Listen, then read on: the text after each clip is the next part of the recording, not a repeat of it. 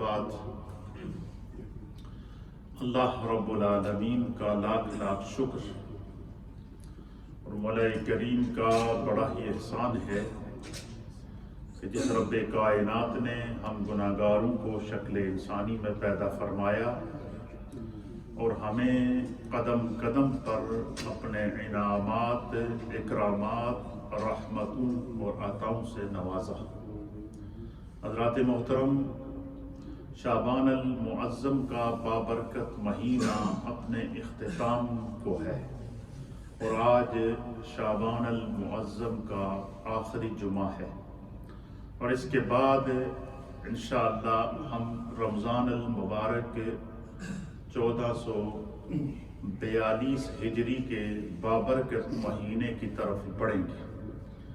یہ جو خوبصورت اور بابرکت مہینے ہیں یہ اللہ کے انعام کے مہینے ہیں۔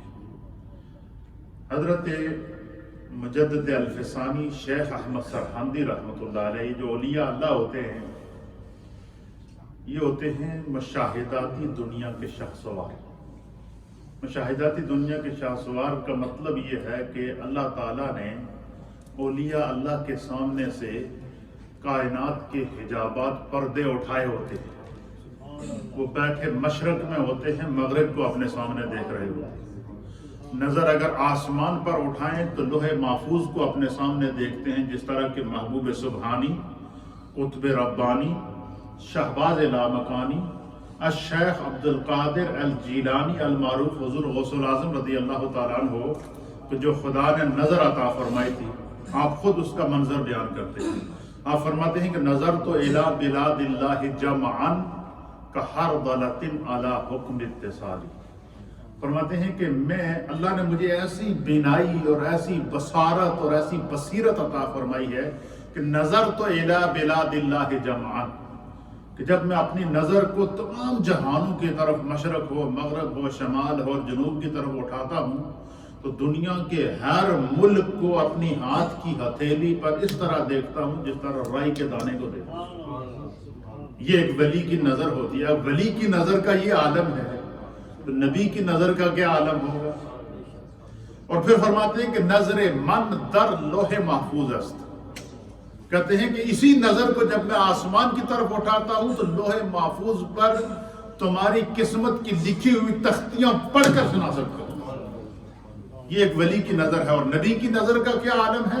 میرے مصطفیٰ مصلی پہ کھڑے ہو کر جنت کو اپنے سامنے دیکھا کرتے، ساتوں آسمانوں کو اپنے سامنے دیکھا تھے، سدرہ کو اپنے سامنے دیکھا کرتے تھے۔ تو یہ جو اولیاء اللہ ہوتے ہیں، ان کو جب خدا نظارے دکھاتا ہے نا قدرت کے، مشاہدہ کرتے ہیں جب کائنات کا، تو پھر اس کو بیان کرتے ہیں۔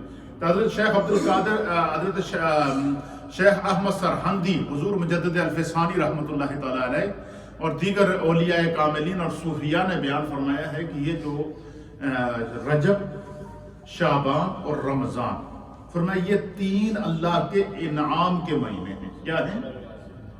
ان تین مہینوں میں خدا کی رحمت آوازیں دیتی ہے۔ یوں تو پورا سال ہم اللہ سے مانگتے رہتے ہیں، یا اللہ ہماری بخشش فرما، اللہ ہمارے نمازوں کو قبول فرما، اللہ ہمارے روزوں کو قبول فرما، اللہ ہماری دعاؤں اور التجاؤں اور مناجات کو قبول فرما۔ لیکن یہ جو تین مہینے ہیں، ان تین مہینوں میں خدا کی رحمت آوازیں دیتی ہے کہ بندے اللہ سے مانگ لے، تجھے کیا چاہیے؟ مغفرت کے طلبگار تو مغفرت مانگ، خدا تجھے بخش دے گا۔ رزق کے طلبگار تو رزق کے لیے دامن کرم کو پھیلا، خدا تمہارے رزق سے تمہاری جولی کو بھر دے گا۔ رحمت کے طلبگار کو اللہ سے مانگ، خدا تمہیں رحمت عطا فرمائے گا۔ حضرت شیخ احمد سرہندی حضور مجدد الفسانی اور صوفیاء نے لکھا ہے، بڑی مزیدار تصوف کی دنیا کے شاہ سواروں نے امت مصطفیٰ کریم کو ایک خوبصورت تحفہ دیا ہے۔ موتیوں کا تحفہ ہے، روحانیت کا تحفہ ہے، علم کا تحفہ ہے، اللہ کا قرب حاصل کرنے کا تحفہ ہے۔ آپ فرماتے ہیں کہ یہ جو رجب کا مہینہ ہے، اس کو یوں سمجھ لو کہ یہ بیج بونے کا مہینہ ہے۔ جیسے کھیتی جب تیار ہو، زمین تیار ہو، اس کو ہماری زمینداروں کی زبان میں اس کو بتر بولتے ہیں۔ کیا بولتے ہیں؟ زمین جب بتر میں ہو تو دانہ ڈالا جاتا ہے، گندم کا دانہ ڈالا جاتا ہے، مکئی کا دانہ ڈالا جاتا ہے، جو کا دانہ ڈالا جاتا ہے، کسی قسم کی فصل کا دانہ جب ڈالا جاتا ہے تو وہ جب ہل چلا کر اس کے اوپر جب وہ بیج بو دیتے ہیں تو وہ زمین جب پتھریلی جو زمین ہوتی ہے وہ تقریباً 1 ہفتے کے اندر وہ دانہ پھٹ کر اس سے کونپلیں نکلنا شروع ہو جاتی ہیں۔ پھر کیا ہوتے ہیں، دانہ ڈالنے کے بعد زمین کے اوپر فصل بونے کے بعد کیا کرتے ہیں، اس کے اوپر پانی دیتے ہیں، کوشش کرتے ہیں کہ اس زمین کو جتنے بتر کی ضرورت ہے، اس کو جتنے ہل کی ضرورت ہے، اس زمین کو جتنی جو ہے وہ ضرورت ہے، تو اس حساب سے اس زمین کو آبیاری کیا جاتا ہے، اس کو ہریالی دی جاتی ہے، اس کو پانی دیا جاتا ہے، اس کو گیلا کیا جاتا ہے، پھر اس زمین سے جو فصلیں نکلتی ہیں پھر اس کے پھر کیا کرتے ہیں کہ کھاد کی بجائی کرتے ہیں، پھر اس طریقے سے ایسی چیزیں اس کے اندر ڈالتے ہیں کہ جب فصل تیار ہو تو ہمیں اتنی اللہ فصل اس میں سے خدا اتنا رزق عطا فرمائے کہ ہمیں کسی کی محتاجی نہ ہو۔ تو پھر کیا ہوتی ہے، اور پاکستان کی میں اپنے ملک کے پاکستان کی آپ کو مثال دے دوں، پھر ہماری زمینیں جب گندم اگاتی ہیں تو زمینیں تو گندم اگانے والی یا تو پنجاب کی زمینیں ہیں یا سندھ کی زمینیں ہیں، تو اس گندم کو اتنی وہ زمینیں فصل دیتی ہیں کہ پورا پاکستان تو اس کو کھاتا ہی کھاتا ہے، پورے پاکستان کا اس کے اندر رزق ہوتا ہی ہوتا ہے، بلکہ وہ اتنی وافر ہو جاتی ہے کہ اسے دوسرے ملکوں کے اندر بھی امپورٹ اور ایکسپورٹ کے ذریعے بھیجا جاتا ہے۔ کیوں کہ خدا نے اس سال ہمیں بہت فصل عطا فرمائی ہے۔ تو صوفیاء اکرام کہتے ہیں کہ یہ جو رجب کا مہینہ ہے یہ اللہ کی بارگاہ کے اندر اپنے نیک اعمال کا بیج بونے کا مہینہ ہے۔ رجب کا مہینہ نیکیوں کا بیج بونے کا مہینہ ہے۔ فرمایا شعبان کا مہینہ اس جو رجب میں جو بیج بویا تھا، شب معراج کی صورت میں، روزوں کی صورت میں، تلاوت قرآن کی صورت میں، قیام کی صورت میں، قعود کی صورت میں، استغفار کی صورت میں، دعاؤں کی صورت میں، مناجات کی صورت میں، التجاؤں کی صورت میں، رجب المرجب کے مہینے کے اندر جو نیکیوں کا اور نیک اعمال کا بیج انسان نے بویا تھا، فرمایا شعبان کا مہینہ اس بیج کے اندر، اس زمین کے اوپر، دل کی اس وادی کے اوپر، دل کی اس کھیتی کے اوپر، روح کی اس کھیتی کے اوپر استغفار کا پانی دیا جاتا ہے، توبہ کا پانی دیا جاتا ہے، شب برات کی صورت میں جاگ کر شب بیداری کا پانی دیا جاتا ہے، پورا مہینہ تلاوت قرآن اور کثرت سے روزے رکھ کر جو ہے وہ جو رجب میں جو بیج بویا تھا اس کو آبیاری دی جاتی ہے، اس کو پانی دیا جاتا ہے۔ تو فرمایا کہ پھر رجب کے مہینے میں اس رجب کے مہینے میں بویا ہوا بیج اور شعبان کے مہینے میں استغفار کی صورت میں، توبہ کی صورت میں، آہوں اور سسکیوں کی صورت میں، آنسو بہانے کی صورت میں، تلاوت قرآن کی صورت میں، نفلی روزے رکھنے کی صورت میں، فرمایا اس فصل کو جو بندہ پانی دیتا ہے، اس کھیتی کو، دل کی کھیتی کو جو استغفار کا پانی دیا جاتا ہے، دل کی کھیتی کو جو توبہ کا پانی دیا جاتا ہے، دل کی کھیتی کو جو رجوع اللہ کا پانی دیا جاتا ہے، فرمایا شعبان کے مہینے میں وہ کیا ہوتی ہے، وہ آبیاری کا مہینہ ہے۔ اور پھر فرمایا کہ اس کے بعد جب اللہ رمضان عطا فرماتا ہے تو رمضان کا مہینہ فصل کاٹنے کا مہینہ۔ یہ دیکھیں نا، ہمارے ہاں اکثر لوگ جو ہے زمیندار طبقے کے لوگ ہیں، تو ہمارے صوفیاء اکرام نے باقاعدہ اس طرح کی مثالیں دی ہیں۔ کیوں مثالیں دی ہیں؟ تاکہ بندہ نیکی کی طرف راغب ہو، دین کی طرف راغب ہو، اللہ کی طرف رجوع کرے، اور جب بندہ نیکی، دین اور رجوع اللہ کرے گا تو فرمایا کہ پھر کیا ہوگا، وہ چیز بھولتی نہیں ہے، اور یہی اسلوب ہے۔ آپ دیکھیں قرآن کریم فرقان مجید کے اندر کتنی صورتیں ہیں، 114 کتنی صورتیں ہیں قرآن میں، 114 صورتیں اللہ نے قرآن میں نازل فرمائی ہیں، اور 6666 آیات ہیں قرآن کی، versus 6666 verses in the Quran، اور 540 رکوع in the Quran، 540 رکوع ہے قرآن کے اندر، اور 30 parts، 30 پارہ ہیں اس کے اندر، 30 پارے اللہ نے قرآن میں ہمیں عطا فرمائے، 6666 اللہ نے آیات قرآن میں ہمیں عطا فرمائی ہیں، 540 رکوع قرآن کے ہمیں اللہ نے عطا فرمائے ہیں، اور اسی طرح 114 صورتیں اللہ تعالیٰ نے قرآن کے اندر ہمیں عطا فرمائی ہیں، اور اس قرآن کا نزول بھی اللہ تعالیٰ نے رمضان کے مہینے کے اندر فرمایا۔ پھر اسی طریقے سے جو ہے یہ قرآن حکیم فرقان مجید کا اسلوب ہے کہ 114 جو قرآن کی صورتیں ہیں، ان صورتوں کے جو نام ہیں وہ بڑے عجیب و غریب قسم کے نام ہیں۔ جیسے پہلی سورت قرآن پاک کی کون سی ہے؟ سورہ الفاتحہ۔ فاتحہ کا معنی ہے دعا۔ فاتحہ کیا کہتے ہیں؟ نفران شخص کے لیے ہم فاتحہ کرتے ہیں، کیا کرتے ہیں؟ دعا کرتے ہیں۔ تو سورہ فاتحہ کو فاتحہ اس لیے کہتے ہیں کہ اس کے اندر ہر آیت کے اندر دعا ہے۔ الحمدللہ رب العالمین، تمام تعریفیں اس مالک کے لیے ہے جو تمام جہانوں کا رب ہے، مالک یوم الدین، جو قیامت کے دن کا مالک ہے۔ پھر جو ہے وہ اس کی اللہ تعالیٰ کی رحمانیت، اس کی رحیمی کو بیان کرتے ہوئے جب بندہ پہلے اللہ تعالیٰ کی حمد بیان کرتا ہے، اس کی تعریف بیان کرتا ہے، اس کی ستاری اور غفاری کو بیان کر کے پھر اس کے بعد پھر دعا کا سلسلہ شروع ہوتا ہے، اور وہ کیا ہوتا ہے؟ ایاک نعبد و ایاک نستعین، اے اللہ میری عبادت بھی تیرے لیے ہے، میں تجھی سے مدد مانگتا ہوں اور تیری ہی عبادت کرتا ہوں۔ پھر اہدنا الصراط المستقیم، اے اللہ اگر مسجد تک پہنچائی چھوڑیا، اپنی بارگاہ بھی کھڑے ہونے دی توفیق بھی عطا کر دیتی، سجدے دی توفیق بھی تو نے اپنے کرم نال عطا کر دیتی، تو اللہ میں نے اس رستے تے قائم رکھی، میرا یہ رستے سے پھسل نہ جاؤں۔ اہدنا الصراط المستقیم، اللہ مجھے سیدھے راستے پر چلا۔ صراط الذین انعمت علیہم، جیسا کہ میں نے کہا تھا کہ اولیاء اللہ کو اللہ تعالیٰ جب نظر عطا فرماتا ہے، یہاں پر بھی ان کا ذکر ہے کہ اللہ ان لوگوں کا راستہ مجھے عطا فرما جن پر تو نے اپنا انعام کیا۔ اور اللہ نے پھر انعام یافتہ لوگوں کو بھی قرآن میں بیان کیا کہ اولئک انعم اللہ علیہم من النبیین والصدیقین والشہداء والصالحین، کہ جن لوگوں پر خدا نے انعام کیا ہے ان میں سے سب سے پہلا طبقہ انبیاء کا ہے، نبیوں کا ہے، اس کے بعد کیا ہے؟ صدیقین کا ہے، اس کے بعد کیا ہے؟ شہداء کا ہے، اس کے بعد کیا ہے؟ صالحین کا ہے، ہر نیک اور صالح مومن کا ہے۔ اس لیے فرمایا کہ بندہ ہر سورہ فاتحہ کے اندر ہم کیا کرتے ہیں؟ دعا مانگتے ہیں۔ تو اس سورہ فاتحہ کو فاتحہ اس لیے کہتے ہیں کہ اس میں خدا سے دعا کی جاتی ہے۔ اسی طریقے سے قرآن پاک کی دوسری سورت ہے سورہ البقرہ۔ بقرہ قرآن کریم کے اندر کس کو کہتے ہیں؟ عربی کے اندر گائے کو کہتے ہیں۔ کس کو کہتے ہیں؟ گائے کو۔ اب مجھے عقل سوچتی ہے انسان یا سورت کا نام گائے کے نام پر، اس کی وجہ کیا ہے؟ اس کی وجہ یہ ہے کہ اس سورت کے اندر، سورہ بقرہ کے اندر بنی اسرائیل کی اس گائے کا ذکر ہے جسے خدا نے جو ہے انعام کے طور پر انہیں عطا فرمایا۔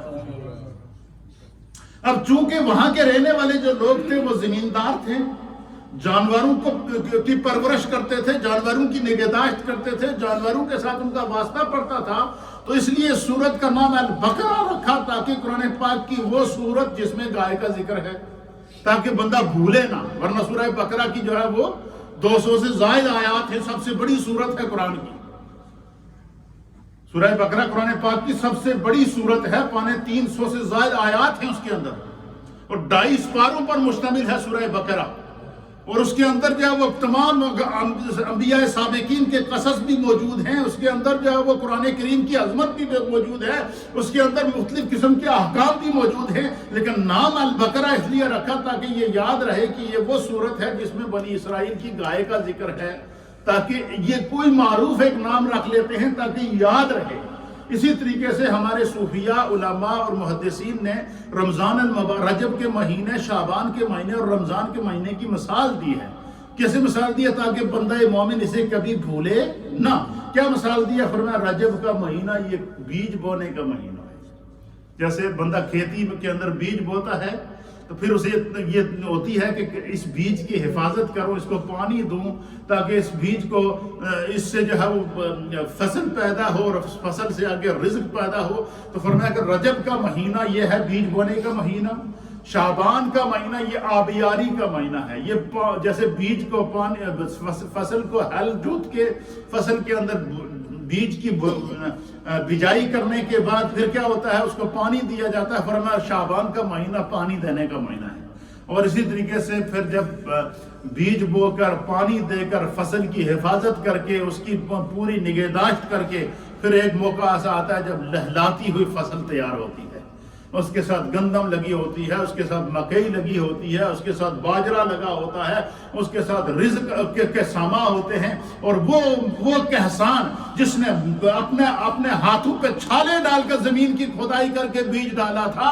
وہ کہسان جو کئی مہینوں سے اس کو پانی دے دے کر اس کی حفاظت کرتا رہا، وہ کہسان جو کئی مہینوں تک راتوں کو جاگ کر اس فصل کی حفاظت کرتا رہا، جب وہ اپنے سامنے لہلاتی ہوئی فصل کو دیکھتا ہے تو اس کے چہرے پر ایک عجیب خوشی آتی ہے کہ خدا نے اس سال اتنا رزق دیا کہ پورا سال بیٹھ کے خود بھی کھاؤں گا اور ضرورت مندوں تک اپنی فصل کو پہنچاؤں گا۔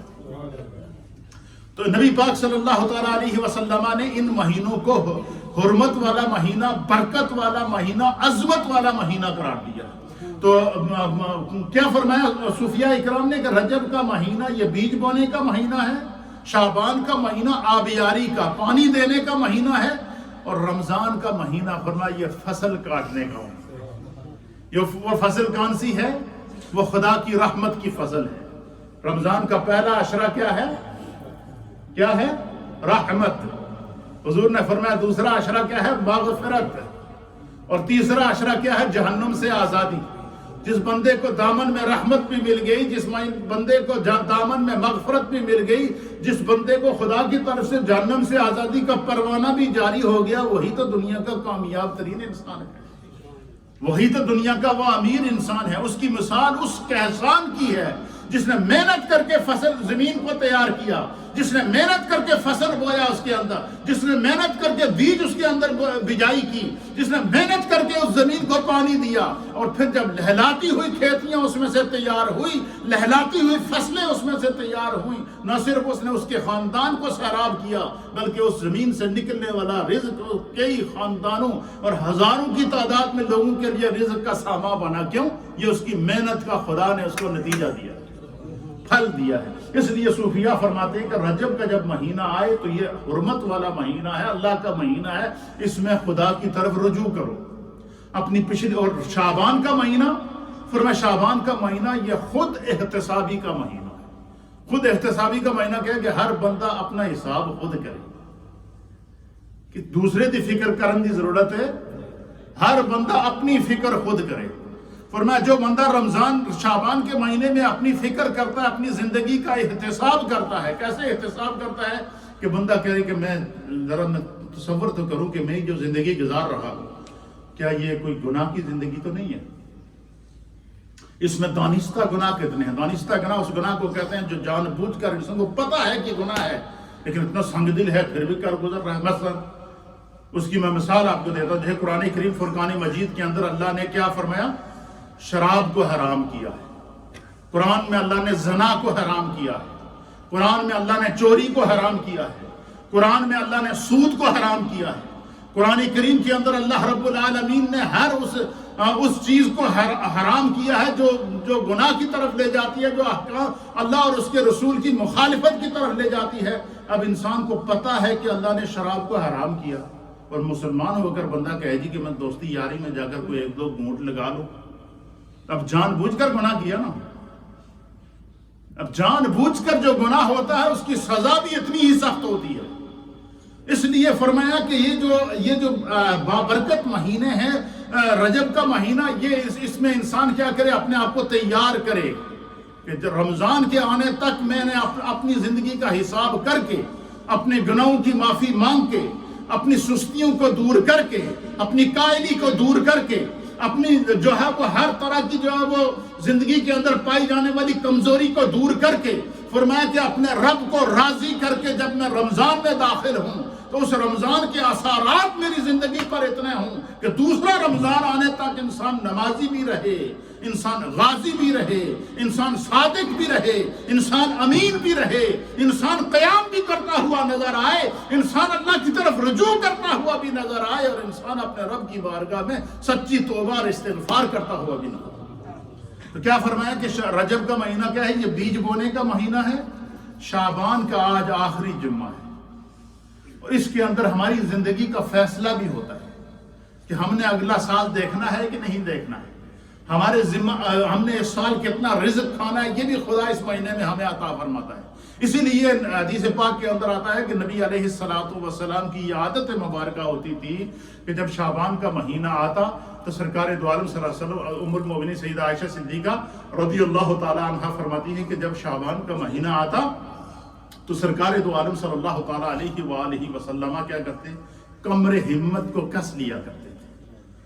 آپ کے معمولات شب و روز کے جو معمولات عبادات ہوتے تھے وہ تبدیل ہو جایا کرتے تھے. کیا کرتے تھے؟ پھر آپ بیان کرتی ہیں کہ حضور کثرت سے روزے رکھتے شعبان کے مہینے میں، کثرت سے تلاوت قرآن کرتے، کثرت سے استغفار کرتے، کثرت سے راتوں کو قیام کرتے. کبھی آپ رات پوری رات سجدے میں گزارتے، کبھی آپ آدھی رات کو اٹھ کر جنت البقیع قبرستان میں چلے جاتے اور اس کی علت بیان کرتے کہ آج رحمت کی رات ہے، کرم کی رات ہے، مغفرت کی رات ہے، خدا ہر مانگنے والے کو عطا کرتا ہے. ہم سے پہلے جو چلے گئے خدا آج ہر مانگنے والے کو عطا کر رہا ہے. میں مصطفیٰ ہو کر اپنی امت کے مرحومین کے لیے بھی مغفرت مانگ لوں، ان کے لیے بھی استغفار مانگ لوں، ان کے لیے بھی بخشش کی دعا کر لوں. تو فرمایا کہ ان مہینوں کے اندر یہ غفلت کے مہینے نہیں ہیں. دوستو یاد رکھو، ہماری یہ عادت ہے، ہماری اس پرفتن دور کے اندر ہم ایک بات کو ایک کان سے سنتے ہیں دوسرے سے نکال لیتے ہیں. زندگی کا کوئی پتہ نہیں ہے. ہم نے اپنے سامنے ہزاروں لاشوں کو اٹھاتے ہوئے دیکھا. پھر جب رمضان کا مہینہ آتا تو اللہ کے حبیب علیہ السلام باقاعدہ صحابہ اکرام رضوان اللہ تعالی علیہم اجمعین کی تربیت فرمایا کرتے تھے، ان کی ذہن سازی فرماتے تھے، ان کو بتاتے تھے کہ ابھی تمہارے پاس جو مہینہ آنے والا ہے یہ کتنا عظیم ہے. اس کے اوپر سرکار دو عالم صلی اللہ علیہ وسلم نے صحابہ اکرام کو بظاہر تو اپنے سامنے بیٹھے ہوئے مسجد نبوی میں صحابہ اکرام کا اجتماع تھا، لیکن حقیقت میں قیامت تک آنے والے اپنے ہر امتی کو میرے مصطفیٰ پیغام دے گئے. کیوں کہ اللہ نے فرمایا کہ لَقَدْ كَانَ لَكُمْ فِي رَسُولِ اللَّهِ أُسْوَةٌ حَسَنَةٌ، کہ تمہارے لیے میرے رسول کی زندگی یہ نمونہ ہے، ایگزامپل ہے. تو حضور نے اپنی سیرت کو ہمارے لیے ایگزامپل کیسے بنایا؟ رمضان کی آمد سے پہلے صحابہ اکرام کو ذہن سازی کی کہ غفلت چھوڑ دو، ذہن سازی کی کہ سستی چھوڑ دو، ذہن سازی کی کہ خدا کے انعام کا مہینہ ہے، اللہ کے کرم کا مہینہ ہے، اس کی رحمت کا مہینہ ہے، اس کی مغفرت کا مہینہ ہے، نزول قرآن کا مہینہ ہے، اعتکاف کا مہینہ ہے، لیلۃ القدر کا مہینہ ہے، نزول قرآن کا مہینہ ہے، نیکیوں کی فراوانی کا مہینہ ہے. فرمایا اس مہینے کے لیے ذہنی طور پر بھی تیار ہو جاؤ، فکری طور پر بھی تیار ہو جاؤ، قلبی طور پر بھی تیار ہو جاؤ. قالب کو بھی تیار کرو، قلب کو بھی تیار کرو، روح کو بھی تیار کرو، اور جسم کو بھی تیار کرو، تصور کو بھی تیار کرو اور تخیل کو بھی تیار کرو. جب انسان ذہنی، فکری اور تصوراتی اور تخیلاتی طور پر کسی کام کے لیے تیار ہو جائے تو اس کا عمل دوسروں کے لیے خدا نمونہ بنا دیتا ہے. مثلا میرے سامنے حدیث پاک ہے. اس حدیث کو حضرت سلمان فارسی رضی اللہ تعالیٰ عنہ نے روایت کیا. آپ فرماتے ہیں کہ رمضان المبارک کا شعبان المعظم کا آخری دن تھا. جیسے آج 29 شعبان ہے، کیا ہے؟ آج ہماری رؤیت ہلال کا اجلاس ہے، عصر کے بعد شروع ہو جائے گا. اگر تو آج چاند نظر آ گیا تو ہم آج رات کو تراویح پڑھیں گے، اگر چاند نظر نہ آیا تو ہماری کل تراویح ہوگی. تو اسی طریقے سے ایک دن ایسا آیا، حضرت سلمان فارسی کہتے ہیں کہ 29 شعبان تھا، شعبان کا آخری دن تھا اور اتفاق سے وہ جمعے کا دن تھا. کیا تھا؟ تو سرکار دو عالم صلی اللہ علیہ وسلم نے صحابہ اکرام کے اجتماع میں پھر صحابہ کی ذہن سازی کی. اور وہ کیا کی؟ حدیث سماعت فرمائیں. وعن سلیمان رضی اللہ تعالی عنہ، حضرت سلمان فارسی رضی اللہ تعالی عنہ بیان کرتے ہیں، فرماتے ہیں قال، آپ کہتے ہیں قال خطبنا رسول اللہ صلی اللہ تعالی علیہ وآلہ وسلم. آپ فرماتے ہیں فی آخر یوم من شعبان، فرما شعبان دا آخری دن سے 29 شعبان، جیسے آج 29 شعبان ہے. شعبان کا کیا تھا؟ آخری دن تھا. خطبنا رسول اللہ صلی اللہ تعالی علیہ وآلہ وسلم، تو رسول اللہ صلی اللہ علیہ وسلم نے ہمیں منبر پر بیٹھ کر خطبہ ارشاد فرمایا. اور وہ خطبہ کیا ارشاد فرمایا؟ فرمایا یا ایھا الناس، تمام کائنات کے انسانوں کو میرے مصطفیٰ نے رمضان کے مطابق پیغام دیا. چاہے اس میں مسلمان ہوں یا غیر مسلم ہوں، ہر ایک کے لیے پیغام دیا، تاکہ یہ کرم کا مہینہ ہے، رحمت کا مہینہ ہے۔ اگر کوئی غیر مسلم اس پیغام کو سنے گا، ممکن ہے اس کی دل کی کھیتی ہری ہو جائے اور وہ ایمان کے نور سے منور ہو جائے۔ اور کوئی ایسا فاسق اور فاجر اور گناہگار انسان جو نافرمانیوں میں گھرا ہوا ہے، جس کا دل گناہوں سے سیاہ ہو گیا ہے، فرمایا کہ وہ جب اس پیغام کو سنے گا تو خدا شاید اس کے دل کو بھی نرم کر دے گا اور وہ گناہوں کی دنیا کو چھوڑ کر واپس خدا کی طرف رجوع کر لے گا۔ تو کیا خطبہ دیا؟ فرمایا سرکار دو عالم، یا ایھا الناس، اے لوگو، قد اذلکم شہر عظیم شہر مبارک فیہ لیلۃ خیر من الف شہر۔ فرمایا کہ اے لوگو، تمہارے پاس اللہ کی طرف سے ایک عظمت والا مہینہ نمودار ہو رہا ہے، ایک عظیم مہینہ آ رہا ہے۔ رمضان کے مہینے کو کس نے عظیم کہا؟ میرے مصطفیٰ نے کہا، اور اس زبان سے کہا جس زبان کے بارے میں رب فرماتا وما ینطق عن الہوی ان ہوا الا وحی یوحی، کہ میرے مصطفیٰ اپنی مرضی نہ کوئی گل کر دے ہی نہیں، چاہے وہ عام لوگوں سے بھی بات کریں، جس طرح ہم روزمرہ کی اپنے گھروں میں، اپنے اجتماعات میں، اپنے معاشرے میں گفتگو کرتے ہیں، یہ ہماری گفتگو ہماری سوچ کے مطابق ہے، لیکن اللہ فرماتا ہے وما ینطق عن الہوی، مصطفیٰ اگر ویسے بھی کسی نے گلا کریں تو وہ بھی اللہ کی طرف ہونیا نہیں۔ کیوں؟ کہ مصطفیٰ کا بولنا خدا کا بولنا، مصطفیٰ خدا کے آخری نبی ہیں۔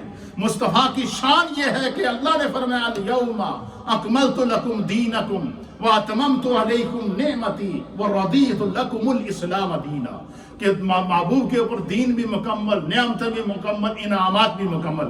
تو کیا فرمایا؟ فرمایا شہر عظیم، عظیم مہینہ ہے، مبارکن، حضور نے فرمایا اس مہینے وچ اللہ دیاں برکتاں نازل ہو گئی، برکت والا مہینہ ہے، شروع سے لے کر آخر تک کیا ہے؟ برکت ہی برکت ہے۔ اور پھر کیا ہے؟ فرمایا فیہ لیلۃ، اس مہینے کے اندر خدا نے تمہارے لیے ایک ایسی رات رکھی ہے، خیر من الف شہر، اس رات کا ایک لمحہ جس کو نصیب ہو جائے 1000 مہینوں کے سجدوں، 1000 مہینوں کی عبادت کے برابر خدا اس کو ثواب عطا فرمائے۔ یہ اللہ کے حبیب علیہ السلام نے شعبان کے آخری دن اپنی امت کی ذہن سازی کر کے رمضان کے لیے امت کو تیار کیا ہے، اور یہ سنت مصطفیٰ ہے۔ اور پھر سرکار دو عالم صلی اللہ علیہ وسلم نے پھر آگے اس مہینے کی مزید فضیلت کو، رمضان کی فضیلت کو بیان کرتے ہوئے فرمایا جعل اللہ صیامہ فریضۃ وقیام لیلہ تطوعا من تقرب فیہ بخصلۃ من خیر کان کمن ادى فریضۃ فیما سواہ ومن ادى فریضۃ فیہ کانا کمن ادى 70 فریضۃ فیما سواہ۔ حضور نے فرمایا اس مہینے دی اتنی بڑی برکت ہے کہ اس مہینے میں اگر کسی نے کوئی عام نیکی کی، نفلی نیکی کی، کیا کی؟ اس مہینے میں فرمایا عام نفل ادا کرنے کا اللہ فرض ادا کرنے کے برابر ثواب عطا فرماتا۔ خدا کی عطا کا رمضان میں یہ عالم ہوتا ہے کہ میرے مصطفیٰ فرماتے ہیں جس نے نفل ادا کیا خدا فرض ادا کرنے کا ثواب عطا فرماتا ہے۔ اور فرمایا اس مہینے میں جس نے فرض ادا کیا تو کیا ہوتا ہے؟